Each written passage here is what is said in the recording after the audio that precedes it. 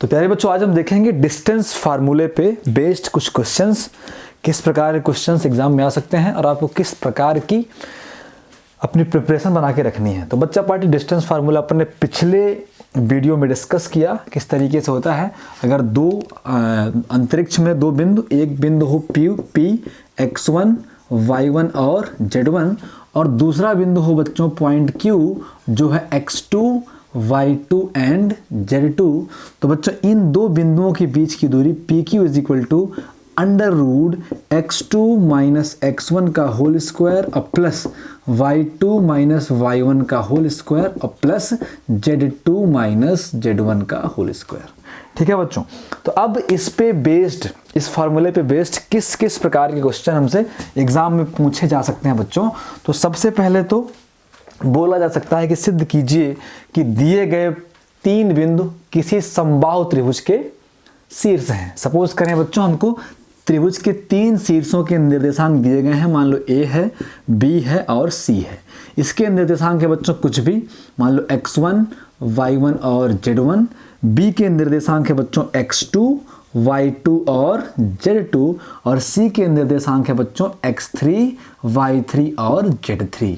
कहता है सिद्ध कीजिए कि दिए गए शीर्ष किसी समबाहु त्रिभुज के शीर्ष हैं। सबको पता है बच्चों समबाहु त्रिभुज, समबाहु त्रिभुज किसे कहते हैं बच्चों? समबाहु त्रिभुज। समबाहु त्रिभुज एक ऐसा त्रिभुज जिसकी तीनों भुजाएं बराबर होती हैं।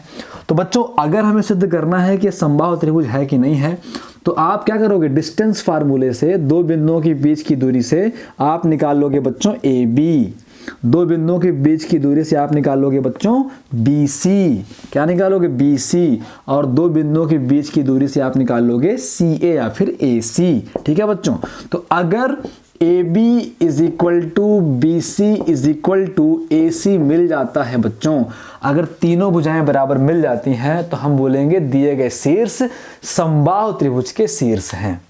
अब इसी में और क्वेश्चन क्या बन सकता है बच्चों? त्रिभुज में क्वेश्चन बन सकता है कि सिद्ध कीजिए कि दिए गए शीर्ष समबाहु नहीं समद्विबाहु त्रिभुज के शीर्ष हैं। सबको पता है कि त्रिभुज समद्विबाहु त्रिभुज में त्रिभुज की दो भुजाएं बच्चों इक्वल होती हैं, बराबर होती हैं।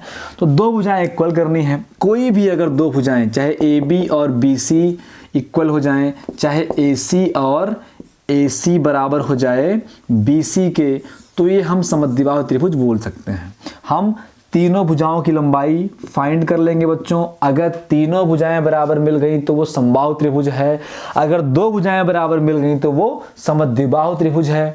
अब क्वेश्चन पूछ सकता है त्रिभुज में कि सिद्ध कीजिए कि दिए गए शीर्ष समकोण त्रिभुज के शीर्ष हैं। तो प्यारे बच्चों समकोण त्रिभुज में क्या होता है? कर्ण का वर्ग है ना, कर्ण का वर्ग बराबर होना चाहिए लंब के वर्ग और प्लस आधार के वर्ग के।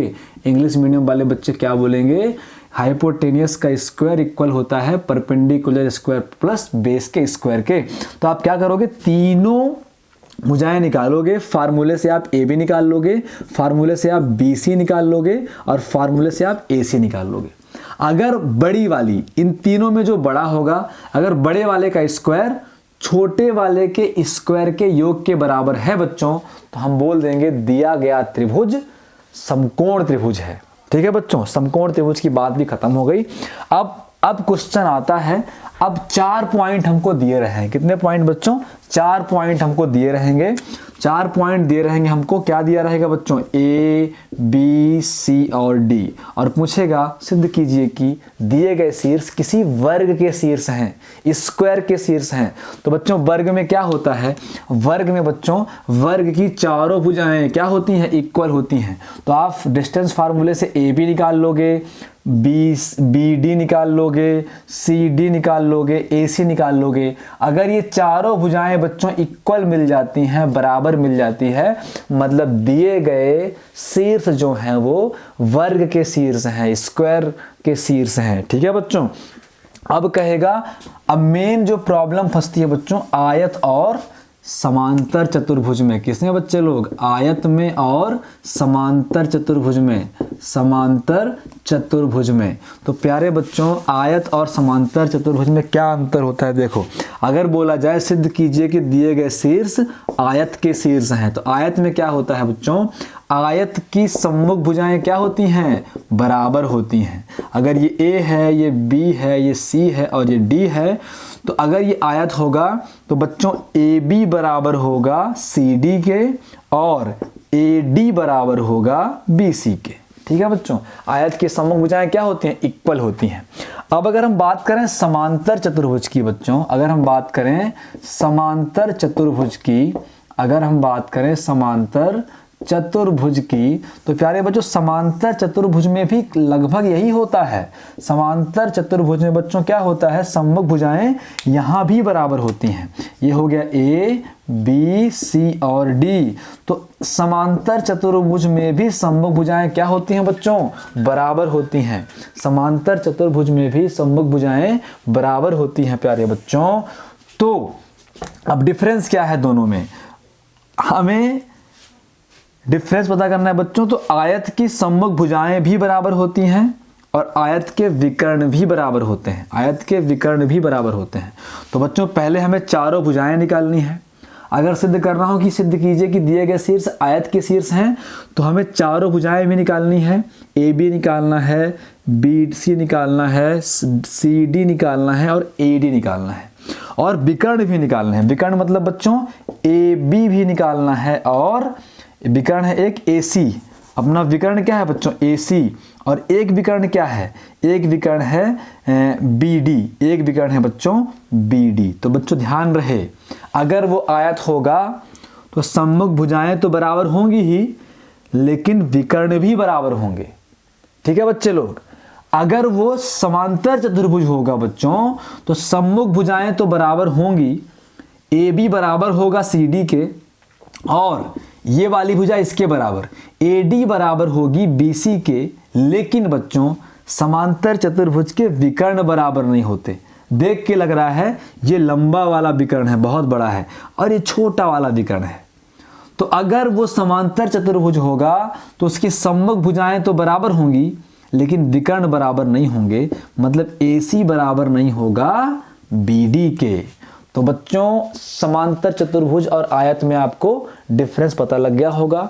अगर सिद्ध करने के लिए बोला जाए कि सिद्ध कीजिए कि दिए गए शीर्ष आयत के शीर्ष हैं, तो आपको चारों भुजाएं निकालनी हैं और विकर्ण भी निकालने हैं। चारों भुजाओं में से अगर सम्मुख भुजाएं बराबर हो रही हैं और विकर्ण भी बराबर हो रहे हैं तो वो आयत है। अगर सम्मुख भुजाएं तो बराबर हो रही हैं लेकिन विकर्ण बराबर नहीं हो रहे हैं तो वो समांतर चतुर्भुज है। ठीक है बच्चों, इसी प्रकार के क्वेश्चंस हमें इस एक्सरसाइज में मिलने हैं। तो बच्चों एक्सरसाइज के हम कुछ क्वेश्चंस को डिस्कस कर लेते हैं।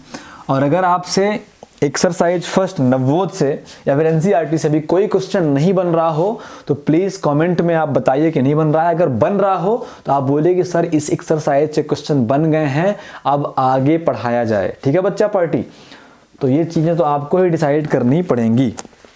अब यहाँ पे बच्चों अपन ने कल पहला क्वेश्चन डिस्कस कर लिया था, मुझे उम्मीद है कि आपसे सेकंड तो बन ही गया होगा, है ना।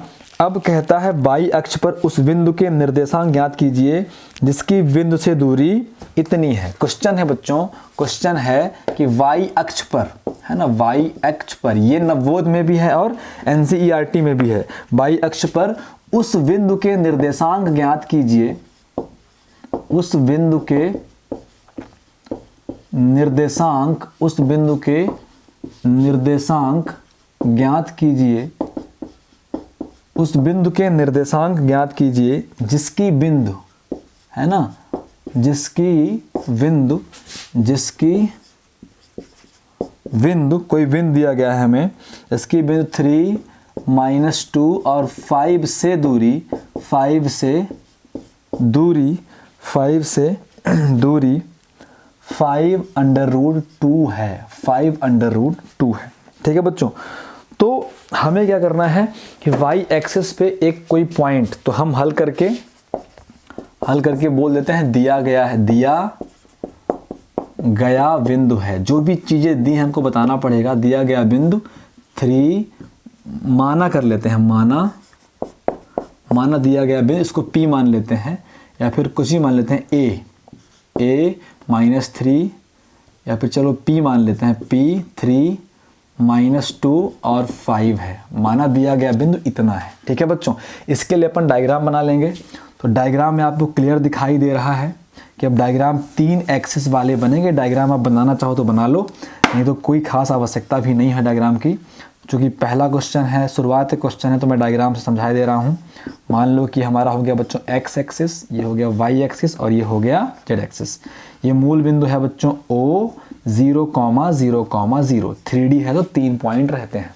ठीक है बच्चे, अब बाई अक्ष पर किसी बिंदु की दूरी हमें ज्ञात करनी है। बाई अक्ष पर किसी बिंदु की दूरी हमें ज्ञात करनी है बच्चा पार्टी। तो हम क्या करेंगे, हम दिया गया है एक पॉइंट P दिया है बच्चों 3 -2 और 5, 3 -2 और 5। और y अक्ष पर हमें किसी बिंदु के निर्देशांक ज्ञात करने। तो मान लिया y अक्ष पर वो बिंदु क्या है बच्चों, Q है। ठीक है बच्चों, अब y अक्ष पर बिंदु Q जो है, ठीक है, बिंदु Q है, तो y अक्ष पर सबको पता है बच्चे बाकी दो निर्देशांक क्या होते हैं, 0 होते हैं। y अक्ष पर क्या होता है बच्चा, बाकी दो जो निर्देशांक हैं वो 0 होते हैं। मतलब y अक्ष पे x 0 होगा, मान लिया कि y है, और z भी क्या होगा बच्चे, 0 होगा। ठीक है, हमें ये जो डिस्टेंस दी हुई है, ये डिस्टेंस हमको दी है बच्चे 5√2। तो हम बोलेंगे और क्या दिया है, हम बोलेंगे सिंस PQ = 5√2। ठीक है बच्चे, PQ हमको दिया गया है 5√2। अब PQ कैसे निकाल सकते हैं हम बच्चों, ये पॉइंट अगर समझ में ना आया हो तो आप बिल्कुल 2D से आप सोच सकते हो। 2D में x अक्ष पे y निर्देशांक 0 था, है ना बच्चे, ऐसे y अक्ष पे x 0 था। यहाँ 3 निर्देशांक है x, y और z, तो y में केवल y रहेगा, x और z 0 रहेंगे। ठीक है बच्चे, तो यहाँ पे फार्मूला होता है PQ का √x2 - x1 का होल स्क्वायर और प्लस y2 - y1 का होल स्क्वायर और प्लस z2 - z1 का होल स्क्वायर = है बच्चों 5√2। ठीक है बच्चे, अब हमको पता है कि ये हमारा पहला बिंदु है, तो क्या बन जाएगा, ये x1, y1 और ये z1 होगा, है ना, और ये क्या होंगे बच्चों, x2, y2 और z2 होंगे। तो x - x1 का होल स्क्वायर का मतलब होगा बच्चों, x - x1 का होल स्क्वायर मतलब 3 - 0 का होल स्क्वायर और प्लस y2 - y1। y2 क्या है बच्चों, y2 है x2 - x1 होगा बच्चे 0 - 3 का होल स्क्वायर। क्या होगा बच्चों, 0 - 3 का होल स्क्वायर। y2 - y1 होगा बच्चों y -2 का होल स्क्वायर, -2 का होल स्क्वायर। z2 - z1 तो 0 - 5 का होल स्क्वायर। ठीक है बच्चों, तो 0 - 5 का हो जाएगा बच्चे ये होल स्क्वायर। ठीक है, 0 - 5 का होल स्क्वायर। ऊपर से मैं सॉल्व किए देता हूँ और आपको समझ में आ गए होंगे। तो बच्चों यहाँ पे क्या हो जाएगा, अंडर रूट ये -3 का स्क्वायर 9 होगा बच्चों, ये y प्लस करके y +2 का होल स्क्वायर और प्लस करके बच्चों 25 = है बच्चों 5√2, तो बन गया 5√2। ठीक है, तो यहाँ पे हो जाएगा बच्चे लोग कितना, 25 + 9 34 प्लस y स्क्वायर और प्लस 4 + 8 4y = 5√2। ठीक है बच्चे, 5√2 हो गया। यहाँ पे सही है ना, a स्क्वायर, यहाँ पे क्या लगा बच्चों, a + b का होल स्क्वायर, तो a square + b square + 2ab। Squaring both side करते हैं तो ब्रैकेट हट जाएगा बच्चों, तो हो जाएगा ये 34 और प्लस 4 38 और प्लस y स्क्वायर और प्लस 4y = 5 का स्क्वायर 25 इंटू √2 का स्क्वायर 2। तो बच्चे लोग y square plus 4y plus 38 minus 25 दूनी 50 यहाँ आएगा तो माइनस होगा = 0 आ गया। अब फिर से बच्चों ऊपर में मिटा के सॉल्व कर रहा हूँ, तो ये बन जाएगा बच्चों वाई स्क्वायर अब प्लस 4y और यहाँ पे -12 इज इक्वल टू 0। इसको अपन सॉल्व करेंगे बच्चे। सॉल्व कैसे होगा ये, वाई स्क्वायर अब प्लस है ना 6y और 6y -2y है ना -2y और -12 इज इक्वल टू 0। ठीक है बच्चों, y कॉमन निकलेगा तो y प्लस 6 होगा, -2 कॉमन निकलेगा तो y प्लस 6 होगा इज इक्वल टू 0। तो यहाँ पे बच्चों y प्लस 6 दोनों से कॉमन निकल जाएगा, दोनों से कॉमन निकल जाएगा तो क्या होगा बच्चों, यहाँ बचेगा y -2 इज इक्वल टू 0। तो जब y plus 6 is equal to 0 तो y इज इक्वल टू -6 और जब y -2 इज इक्वल टू 0 तो y is equal two plus का 2। तो बच्चों y की दो वैल्यूज आई, हमें पॉइंट q निकालना था तो y की दो वैल्यू के लिए हमें पॉइंट q 2 मिल जाएगा। अतः अभीष्ट बिंदु, हमारा जो आंसर होता है उसको हम अभीष्ट कर लेते हैं। अतः अभीष्ट बिंदु x0 है y, एक बार -6 और 0 एवं x0 y एक बार 2 और 0 है। ये हमारा बच्चों आंसर आ गया। ठीक है बच्चा पार्टी, तो अब मिलते हैं अगले क्वेश्चन के साथ अगले वीडियो में। अगले वीडियो में लगभग 5-6 क्वेश्चंस हम करेंगे क्योंकि अगला वीडियो केवल सवालों पे होगा, इस पे अपन कोई कॉन्सेप्ट की चर्चा नहीं कर रहे होंगे। तो अगले वीडियो में हम इस एक्सरसाइज को खत्म करेंगे, लेकिन तब तक इस कमेंट में आपको बताना पड़ेगा कि कौन कौन से क्वेश्चन बताने चाहिए। अगर सब बन जाएंगे तो बोलिए कि सब बन जाएंगे तो हम आगे निकल जाए। ठीक है बच्चों, तो मिलते हैं अगले वीडियो, तब तक के लिए नमस्कार।